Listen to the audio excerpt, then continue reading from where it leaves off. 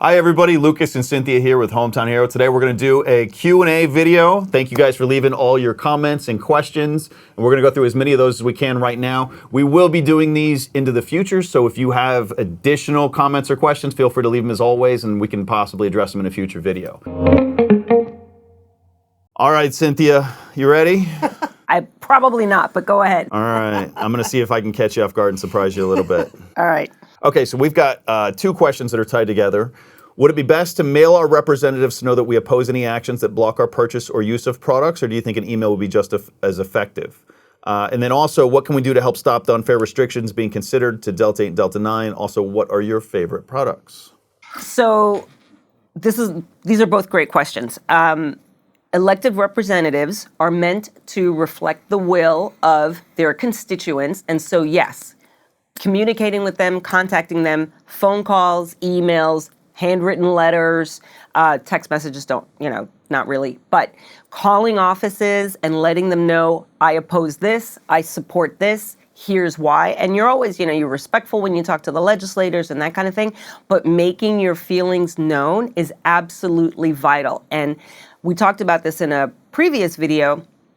Doing your research before an election to find out where somebody stands on something and are they going to support what is important to you. Like doing that kind of research is super important. So yes, reaching out to your legislators is a good way of letting them know what you want and what you don't want. Lewis will pop up. There's websites that show you who your political representatives are based on where you live.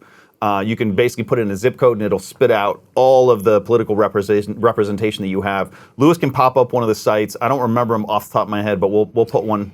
And also, it depends. Are you talking about state representatives? Because you can find those like your senator, your state senators, your state congress people, and then there's the federal ones, which is a different group of people. Correct. So depending on what the issue is and where it's in play, is it in play in the state? Is it in play federally? Then that also determines who you want to reach out to. On the state level, let's talk Texas for a second. I was actually surprised in the amount of politicians that we've met with that have said that people calling in have as big of an influence as they do. I was surprised.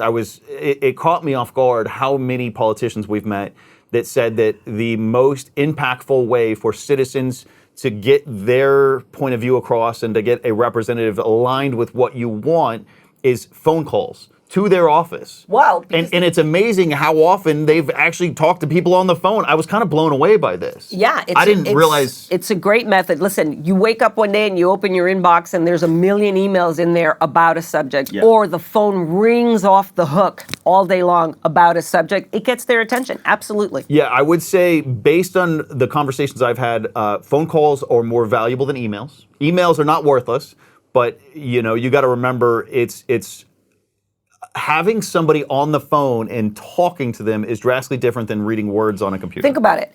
All the days you can't get anything done because the phone doesn't stop ringing.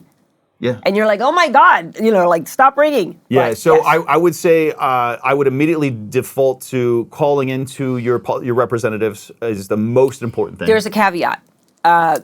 Depending on how much time or what the issue is, sometimes it might be a staffer that answers and they'll write your name down and what the issue is. But if you have a personal story to tell, or there's some, you want to talk about your employees and how big your business has gotten or whatever, then an email in addition to the call might be a good idea. I was just going to say I would do both. Yeah. I strongly believe a call with an email reiterating the conversation that was had is hugely important because the email gives them something to reference back to. Yes. And it's like I said, I've been pleasantly surprised at how impactful politicians have been open with us in terms of people calling and emailing and sort of the impact that they've had on them. And some of them even changed their positions on things because of those calls. Yes. That's the whole point of the calls, is Correct. to change their position. Correct. And so that, to me, is the most important thing that you can possibly do. And also, it's not just about changing a position. It's also if somebody takes what might be an unpopular position, let's say they're in support of the hemp industry and, they're going out on a limb, showing them love and support is also good. Thank you so much for doing this. Yeah. That's also helpful. Yeah.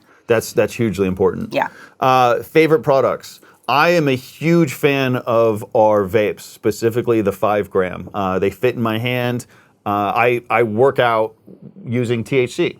It's something that has been hugely beneficial to me, and it's something that's made a huge impact in my life. I just pulled it up. There's a study that came out in 2024 from the University of Colorado in Boulder, and it essentially reiterates a lot of what my beliefs were, even though they weren't sort of scientifically backed.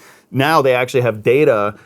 They studied runners, and essentially, quote, the bottom line finding is that cannabis before exercise seems to increase positive mood and enjoyment during exercise, whether you use THC or CBD, but THC products specifically may make exercise feel more effortful.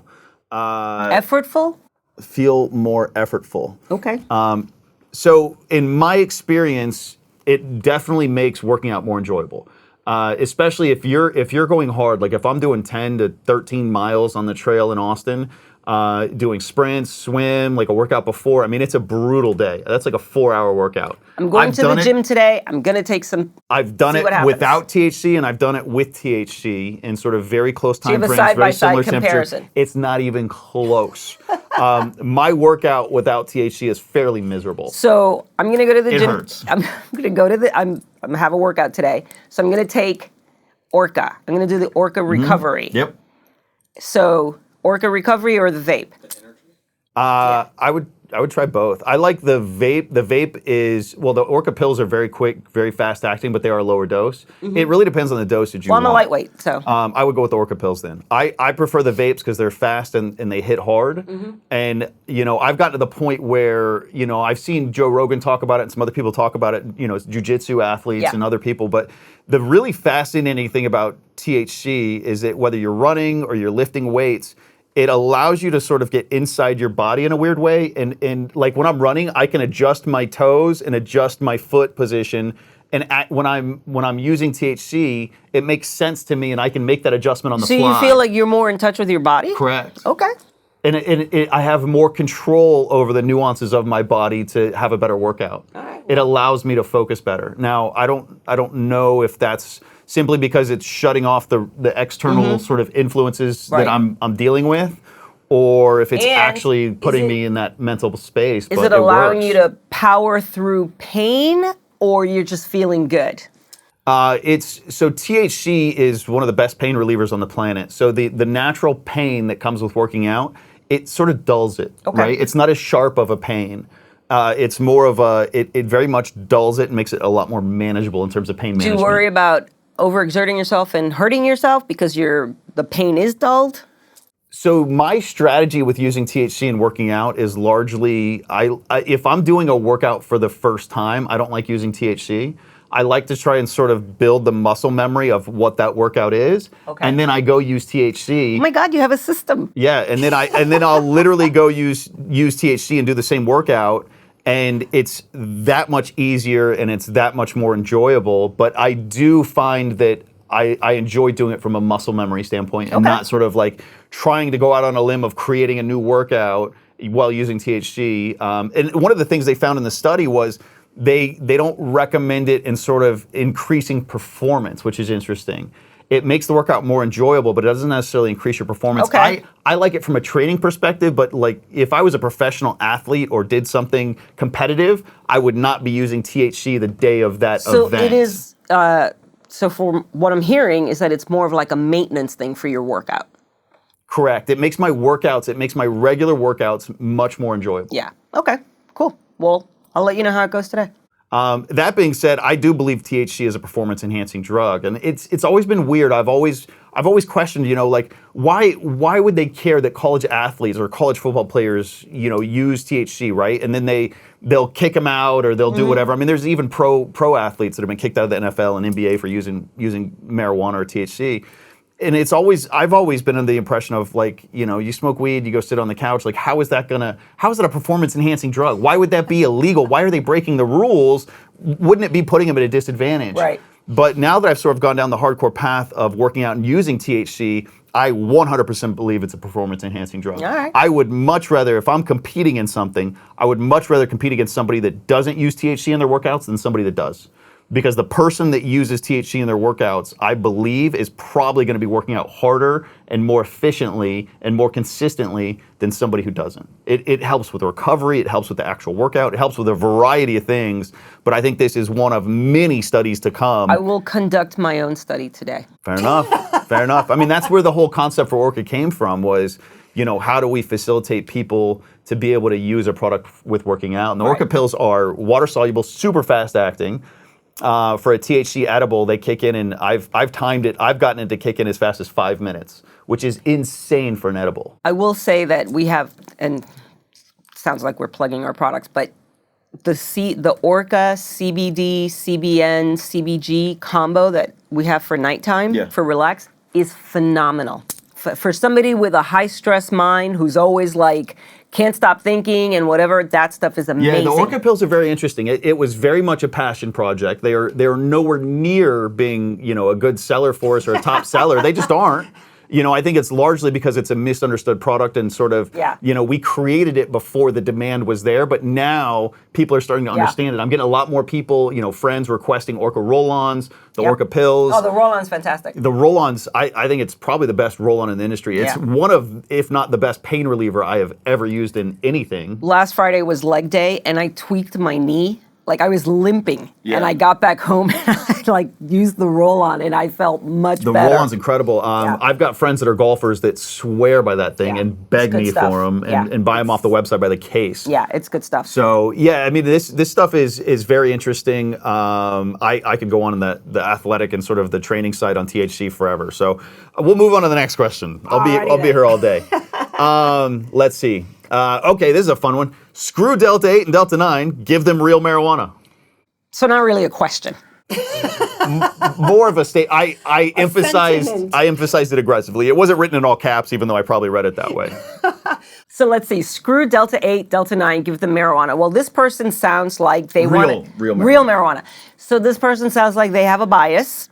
They want to decide what people should choose. They want to make decisions for people because they're saying that the hundreds of thousands, the millions of people using Delta 8 and Delta 9 products derived from hemp don't need those. What they need is real marijuana. So this person, in my opinion, they have a bias and they want to decide for other people. Well, I'll just come at it from a different angle. Let's say they aren't totally clear on cannabis, right? So there's cannabis sativa L, which we've covered this before. It's essentially marijuana and hemp. What makes you think they're not clear?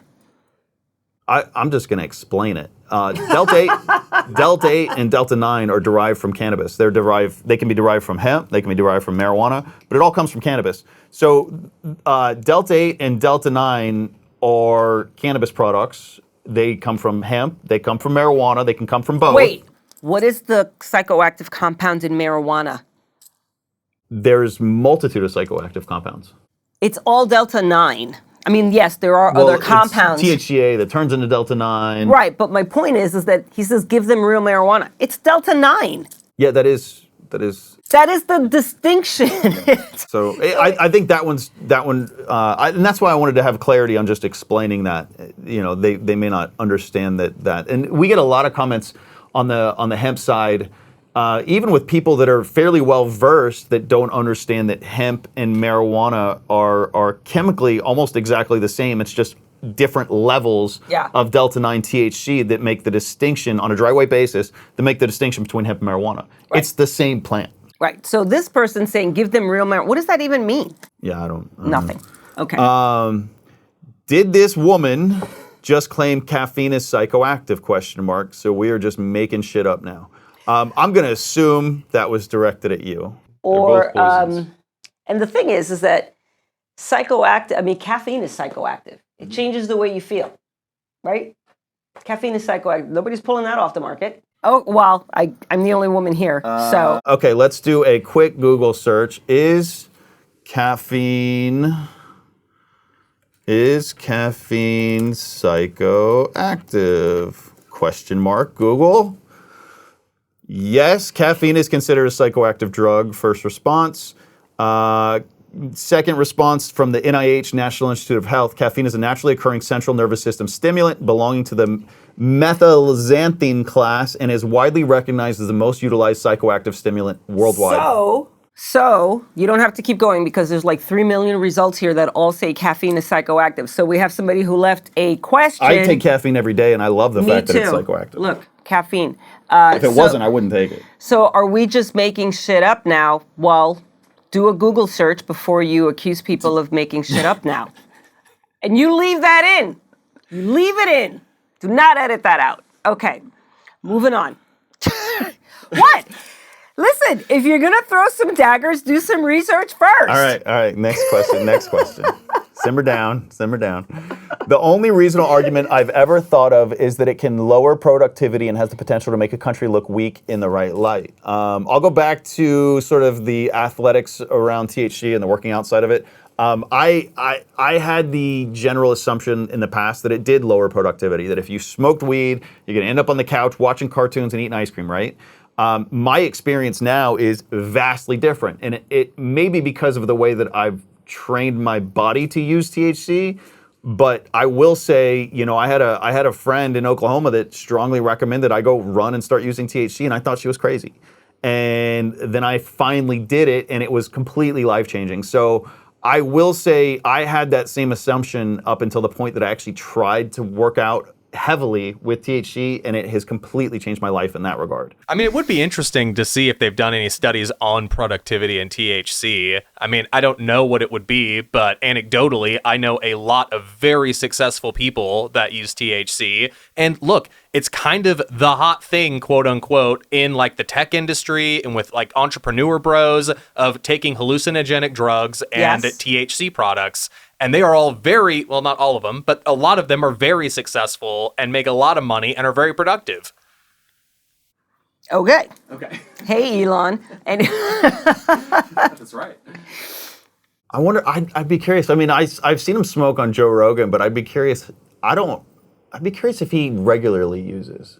He used to, but I think he actually came out and said that he wasn't regularly using anymore, that he had dialed it back. Quitter. Keep drinking. Yeah. As a consumer in the Bible Belt, I would say from my own experience that hemp is mainly used to sell bad weed. It's always poor quality, never has an accurate description. I promise if we just legalized cannabis as a whole, it would stop, as a whole would stop all of these problems. So this is another non-question, but we appreciate the comments, so thank you.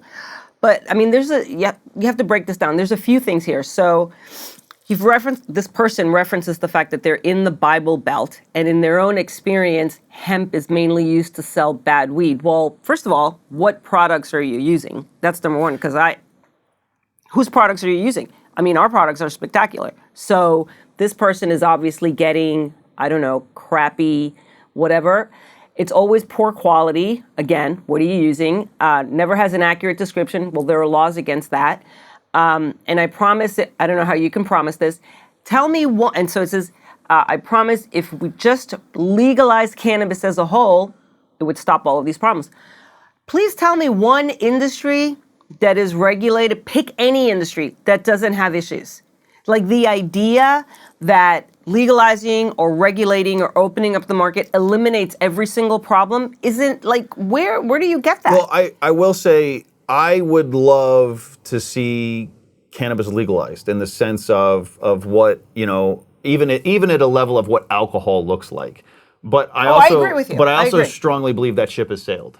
There are now so many players involved in multiple industries at this point. Wait, that ship has sailed in that we're not going to legalize cannabis, or? In the sense that, like, all-encompassing cannabis, not marijuana or hemp, but all-encompassing cannabis, treat it like alcohol. I strongly believe that ship has sailed. Well, thanks, marijuana. Legislatively, yes, and largely because of the marijuana industry and the lobbying that they do. Essentially, the marijuana industry has commanded the way this has gone for quite a while. The hemp industry is now, fighting back and making a valid effort, but a lot of these states that are now getting lots of tax revenue from marijuana, outside of like a complete collapse of that industry, which isn't unforeseen. There's already, a lot of states that are having a lot of dispensaries closed and a lot of businesses closed. But outside of a complete collapse, I don't see that some of these states ever really switching. They're financially motivated to keep marijuana, not have hemp. And sort of, now we're even seeing states that potentially are motivated to have hemp and not marijuana. Yes. And so, there's a video I think we're talking about doing, red state weed with sort of, the blue states with marijuana and the red states with hemp and sort of, how it's ended up like this and what's going on. Yeah, that's all going to be in the video. So just go like this. Watch it here. No, other side. Watch it here. Yeah, hand in down a little this bit. area right. Somewhere over here. Watch it right there. The other thing, and I think just as a general point, like politically speaking, and just how government works and humans and all that, I think also the idea that if we just legalize, there will never be any problems or won't be any more problems, skips over the fact that there's a lot of things that have to go into, so basically what you're talking about here is to have an industry that never has a problem, you have to regulate the shit out of it. You'd have to regulate for every potential eventuality, which will lead you to no industry, because it's not possible. So there's that. You can pretty much go look up anything. There's a variety of poison control website data, whether it's state or federal. You can type in really weird stuff in there, like cosmetics and aspirin, and there's deaths attributed to all kinds of wild stuff. But the idea that, and I'm not against legalization, I'm just saying that the idea that legalizing it will eliminate any problems is not fully in tune with reality.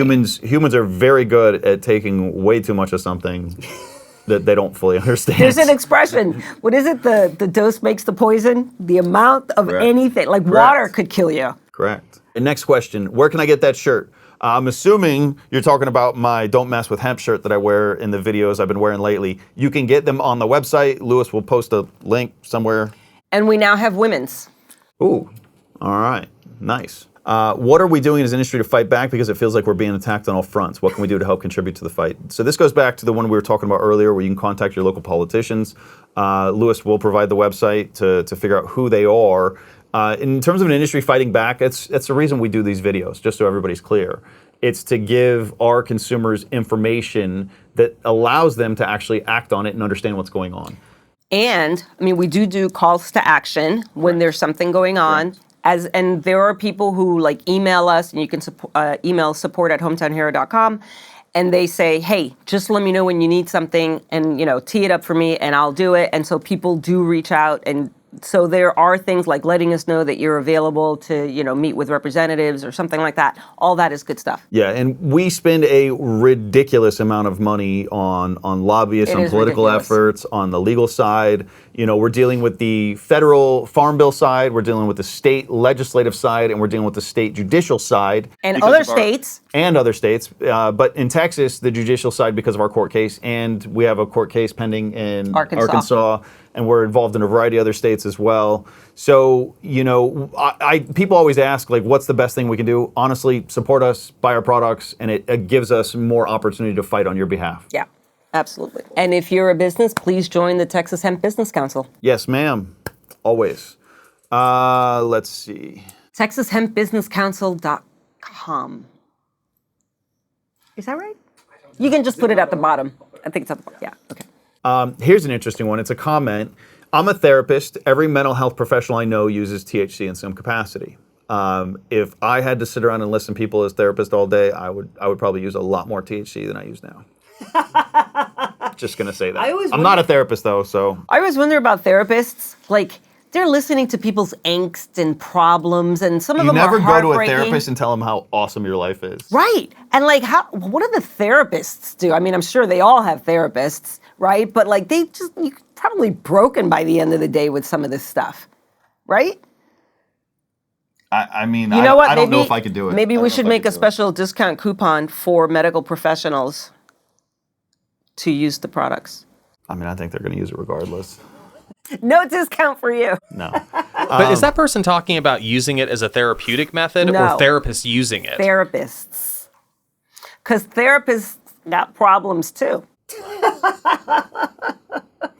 Well, and as a therapist, you aren't dealing with not only your own issues, you're dealing with multiple clients' issues as well. I feel like that's just a lot. And marijuana, in a weird way, THC, hemp, largely has the ability to sort of shut down a lot of external stimuli. Well, I mean, people telling you their problems every day, I'm not saying it has to provoke anxiety necessarily, but it has to weigh on you, because if you're treating a patient for a long time, you have a relationship with this person, you're invested in their mental health and that kind of thing. It's got to weigh on you. So they must be looking for something that is not prescription based, that helps them kind of like work through all those, that mass of feelings. Can you all do a react on CANNRA? Yes. Give me 1 second and then it's all you. No. I'm not doing. That was my whole response. So I think I get in trouble on LinkedIn a lot just talking trash to people in the marijuana industry because they kind of drive me crazy. But there was a recent thing that came out where CANNRA was called out. I'll give Lewis the link so we can post it up. It's worth a read. But I made the comment that it was nice to see CANNRA getting called out for being corrupt. And Indeed. It's surprising the amount of people that actually like that. And we can do a deep dive on CANNRA. It is totally corrupt. Let's do an expose on them. No, don't do it now. No, I know, but I want to explain to people what CANNRA is. So CANNRA stands for the Cannabis Regulators Association. So essentially it's a group of marijuana people, it's not cannabis, it's a group of marijuana people that get together and try and decide the best regulatory strategy it gets better than that. For marijuana. It gets better. And I know we'll do a video about it, but they are state regulators, largely from states that have legalized marijuana, and so they are making decisions. They already have a vested interest because of the taxes and the revenue that they get from marijuana, and so they have a vested interest in protecting marijuana, and they all hate hemp. So keep an eye out for that video. Keep an eye out for that video. Thank you for joining us for our first Q&A session. Love the comments, appreciate all the questions. Please feel free to leave more, and we will continue to do these in the future. Thank you for joining us. Happy hunting as always.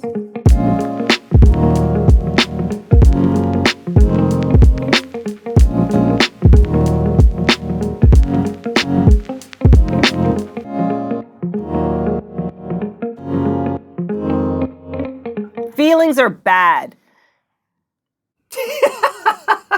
Okay.